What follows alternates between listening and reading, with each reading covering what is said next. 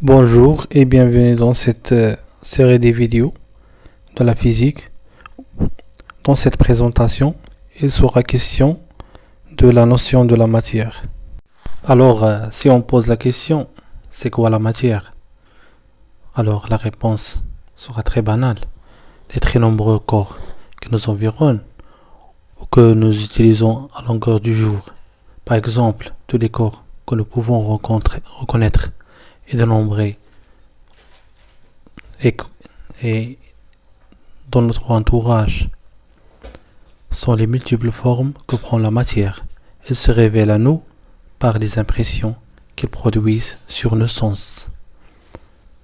Pour la plupart, nous les voyons, nous pouvons les toucher, ou bien pour un gaz comme l'air, on éprouvait le contact sur notre peau. Éventuellement, on recherchait l'odeur ou la saveur. La matière en physique, en général, prend trois formes dans la nature. De ce fait, on peut constater que les divers états que prend cette matière sont l'état solide, l'état liquide ou bien l'état gazeux. Dans cet exemple, on peut distinguer les trois états de la matière.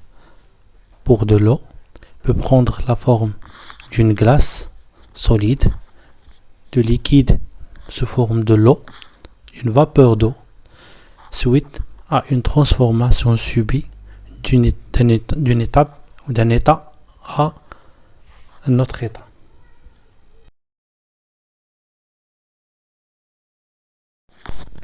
Des corps comme le bois, le verre, les roches, les métaux usuels ne laissent pas pénétrer le doigt. Ils ont une forme propre qu'ils conservent lorsque nous les serrons dans la main et que nous ne pourrions modifier qu'au prix d'un effort souvent considérable. De plus, même si nous les comprimons très fortement, leur volume ne change pratiquement pas. Nous les appelons corps solides. Dans ces corps, la matière se présente à l'état solide. L'état solide est caractérisé par une forme propre et un volume pratiquement invariable.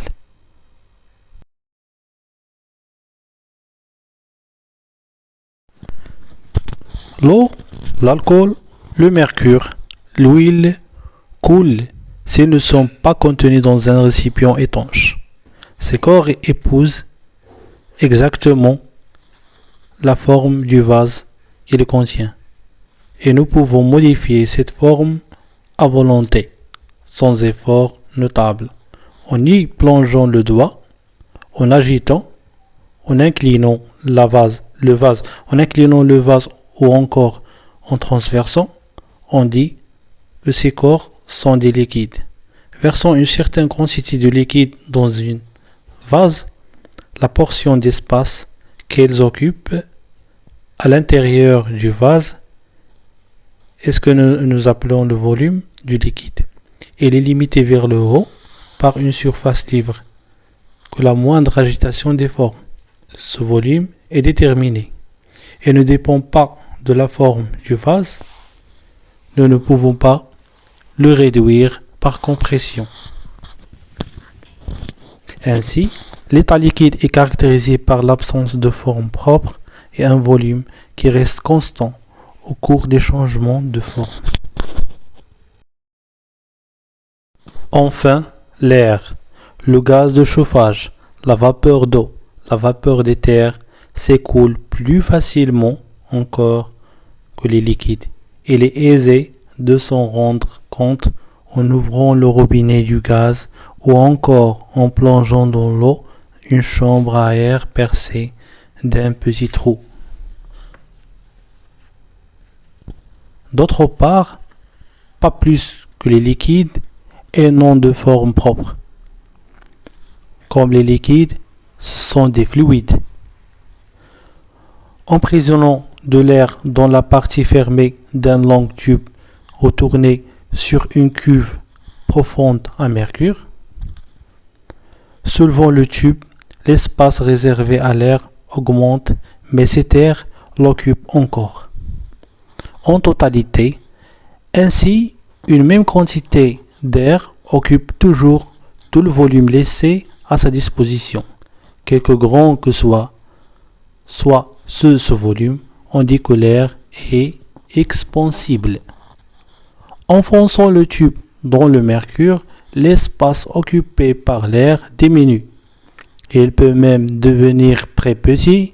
Une réduction de volume analogue s'observe quand on pousse sur le piston d'une pompe de bicyclette dont l'orifice est bouché. On en conclut que l'air est compressible. Tous les corps qui possèdent ces propriétés de l'air sont des gaz. Dans ces corps, la matière se présente à l'état gazeux. On dit que l'état gazeux est caractérisé par l'absence de forme propre et un volume variable du fait de l'expansibilité et de la compressibilité des gaz. Une petite remarque concernant ces quelques notions immédiates concernant les états physiques de la matière seront complétées ultérieurement, en particulier dans le cours de chimie de seconde. Nous verrons que les techniques scientifiques modernes permettent de préciser la structure intime des solides, des liquides et des gaz.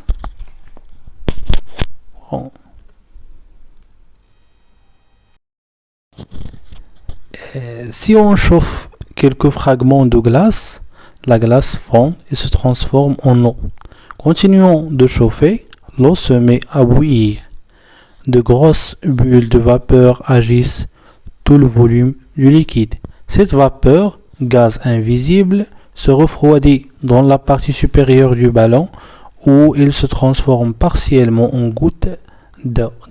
Alors, cette transformation se poursuit à l'extérieur où l'on aperçoit un brouillard constitué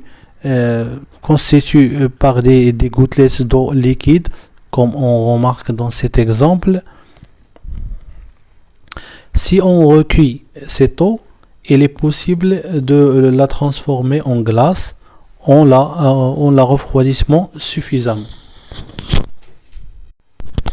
Ainsi, la glace, l'eau et la vapeur d'eau se transforment très facilement l'une dans l'autre et réciproquement. Nous devons admettre qu'il n'y a là qu'une seule substance, l'eau, à l'état solide, l'état liquide ou gazeuse. La fusion de la glace, la vaporisation ou la cristallisation de l'eau, la condensation de la vapeur d'eau sont de simples changements d'état physique. Des expériences analogues à partir de quelques fragments de naphtaline ou l'iode, par exemple, conduisent à la même conclusion. Le même échantillon de matière peut souvent prendre les trois états physiques, solide, liquide ou gazeux. Les changements d'état physique seront étudiés à la fin de ce cours, Inch'Allah. Nous en retiendrons dès maintenant la nomenclature rassemblée dans le schéma ci-dessus. Si on résume tout ce que nous avons dit jusqu'à maintenant, on dit que les corps qui nous environnent constituent des échantillons très variés de matière que l'on peut classer en corps solides, liquides ou gazeux. Deuxième remarque, l'état solide est caractérisé par une forme propre et un volume pratiquement invariable. L'état liquide est caractérisé par l'absence de forme propre et un volume qui reste constant au cours des changements de forme. L'état gazeux est caractérisé par l'absence de forme propre et un volume variable du fait de l'expansibilité et la compressibilité des gaz. La même matière est souvent prendre les trois états solides, liquides et gazeux. Le passage d'un état à un autre est un changement d'état physique. Voilà, notre présentation touche sa fin. J'espère que vous avez bien appris la notion de la matière et on se rencontre pour des prochaines vidéos. Merci et à la prochaine.